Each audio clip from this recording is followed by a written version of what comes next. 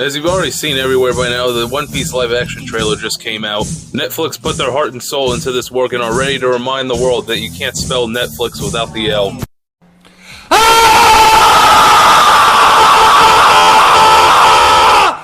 Fucking whores! You fucking whores!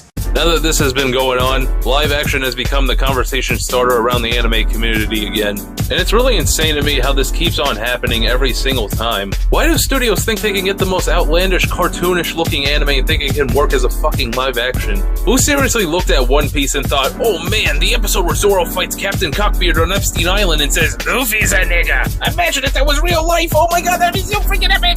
It's like Netflix just pays people to have the most retarded ideas possible. And no, I don't give a fuck if Oda is overseeing this shit. It looks like garbage and I'm tired of people falling for this shit over and over again. There is no, maybe it'll be good, we don't know what. No, this shit's ass. This shit is ass.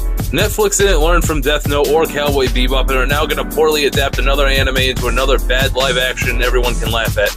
I'm not even against the idea of live action. I think it's a great medium to do movies with. It's just this shit sucks. Like, Netflix is so retarded with making live action. There's so many unadapted manga out there that they could easily turn into live action, but no, instead they want to turn the most cartoonish, goofy looking shit into a live action for no fucking reason besides that it's popular. If you want to do a live action series, do it on a manga series that actually is more grounded in style. Live action is a style of work that can definitely elevate any series. It's worked with a lot of comic books here in America, it's worked with even TV shows. We've done it before. It's just every time it's with anime, it's rarely ever done with the tact and direction it needs, and it's just so relentlessly stupid. You can't replicate every anime mannerism into real life. It comes off as cringe with real people. Why do you think VTubers use their models instead of turning on their camera? It would look a lot worse seeing a grown-ass 40-year-old over their camera cutesy squealing and doing this stupid blush in front of you. Okay, I don't want to talk about shitty live actions anymore. Let's talk about some good ones. A good live action knows how to take advantage of its realistic scope. For example, a classic live action film I love is called Oldboy. Yeah, this movie is based off a manga. That's how you know this movie was great.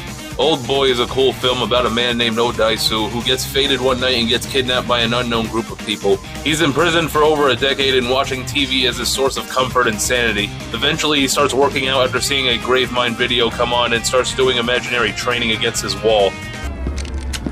Hey, Satan. After he figures a way to break out, he goes back out into the world and applies everything he learned from the TV and being a shut-in for years to get revenge on whoever imprisoned him. Oldboy is a prime example of understanding the scope of live action. It uses the real and gritty feel of live action to portray the brutal fights and showcase more emotion through the characters. The teeth removal scene in the movie wouldn't have felt as brutal as it did if it was animated. Seeing the pain portrayed by the actual human actor, it just feels a lot worse seeing it. The live action also works with seeing Odaisu's insanity portrayed by a good actor. It sells it a lot more with how erratic he acts and expresses more complex facial emotions to show what he's feeling. This is a movie where the real human acting adds a lot more to the feel of the film than an animation could have. Oldboy is a perfect live-action adaptation where you still get a great experience from watching the movie and never have read the manga. The directors understood that it's still its own movie and it needs to serve as one. It's a film that can actually feel like it stands on its own as its own entertaining piece rather than having to follow the manga one by one. That's why when I recommend the movie, you don't see me mentioning the manga at all. I can just tell you to go watch the movie and you'll still get the same amount of enjoyment. The manga's world and story just translated really well with a live-action film and it just meshed together to make a masterpiece movie. This is what I mean by a good live-action knows how to take advantage of its realistic scope. There is obviously some shit animation can't portray as well as live-action can, and vice versa.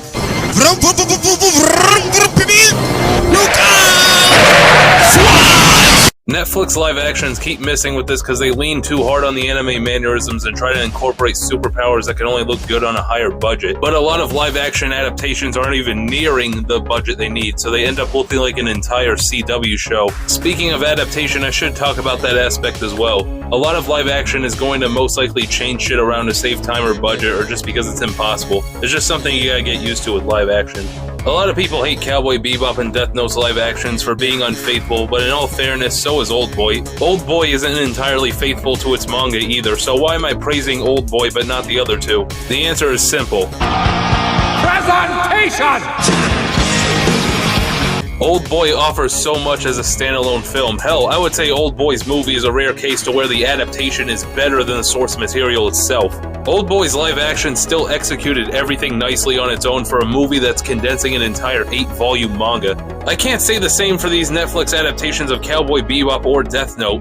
The source material for both of them is just better. There is no reason for the average person to watch these as entirely new live-action shows. Why would anyone watch either as a show if the anime for them is just way better? These are live-action projects offering nothing that I can't get from the actual anime. Oldboy brings a lot to the table as a film to where I'm not sitting here and bitching about how bad and unfaithful it is to the manga.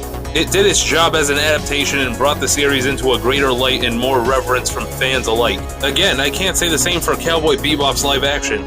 What cool clip can I pull from the live-action Cowboy Bebop that's not done 1,000 times better than the anime? Same with Death Note. What the hell does the movie do that's better than the anime? It doesn't even have the potato chip scene. Cut that bitch off! Hell, I'll talk my shit right now. The One Piece live action isn't even out yet, but I know it's not going to be impressing anyone with that Spy Kids ass special effects. Say what you want about the One Piece anime, but at least it has something going for it for people to watch it. Even if you hate the shit out of the One Piece anime, you know damn well it's at least better than whatever the fuck this live action's going to be. My point is, these other live-action series have weaker presentation and offer nothing that elevates the source material. That's why I can still say Oldboy is goated, even when it's not being 100% faithful. Yeah, very complicated way of me saying just Oldboy better. Before I go, let me recommend some other live-action series. Nah, I'm just playing. I'm gonna milk this shit for future videos. Get the fuck out of here.